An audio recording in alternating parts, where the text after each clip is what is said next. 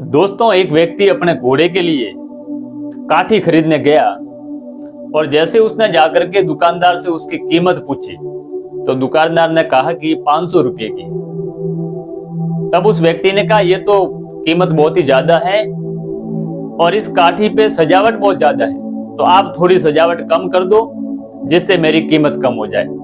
दुकानदार ने थोड़ी सजावट कम की और उसके बाद जैसे ही पूछा अब कीमत, तब दुकानदार ने कहा कि 400 रुपये। तब भी उस व्यक्ति को लगा कि अब भी इस काठी की कीमत बहुत ही ज्यादा है, इसलिए कहा कि थोड़ी सजावट और कम कर दो। दुकानदार ने और थोड़ी सजावट कम कर दी। उसके बाद कहा कि तब दुकानदार ने कहा अब इसकी कीमत 250 रुपये है। लेकिन उस सज्जन को अब भी उस काठी की कीमत बहुत ही ज्यादा लग रही थी, इसलिए कहा कि थोड़ी और इसकी कीमत कम कर दो। तब दुकानदार ने कहा कि अब आपको कोई कीमत नहीं चुकानी है।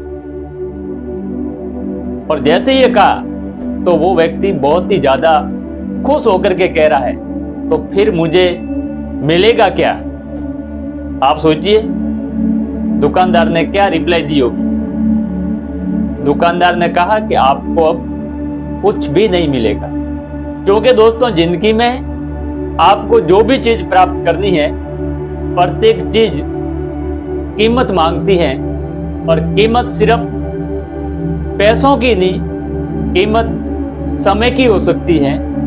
कीमत के रूप में और भी बहुत सारी चीजें हो सकती है कि यदि आप अच्छा खिलाड़ी बनना चाह रहे हैं, आपको पसीना बहाना होगा, उसके लिए प्रैक्टिस करनी होगी, उसके लिए समय देना होगा। उसी प्रकार से आपको सामाजिक, अपने पारिवारिक, अपने दोस्तों के साथ अपने रिश्तों को और मजबूत बनाने के लिए, उन रिश्तों के लिए आपको समय देना होगा, उनकी भावनाओं को समझना होगा।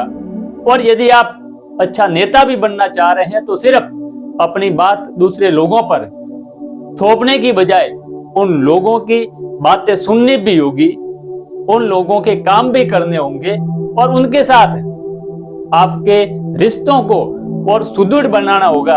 आप जिंदगी में जो कुछ करना चाह रहे हैं, जो कुछ बनना चाह रहे हैं, जिस भी फील्ड में जाना चाह रहे हैं, ऐसा कोई काम नहीं है जहां बिना कीमत चुकाए आपको कुछ हासिल हो। इसलिए दोस्तों, यदि आप ईमानदारी से किसी कार्य को करना चाह रहे हैं, कुछ प्राप्त करना चाह रहे हैं, और यदि उसके लिए आप कीमत चुकाते हैं, तो आपको निश्चित तौर पे वहां पे सफलता हासिल होगी, वो चीज आपको मिल जाएगी।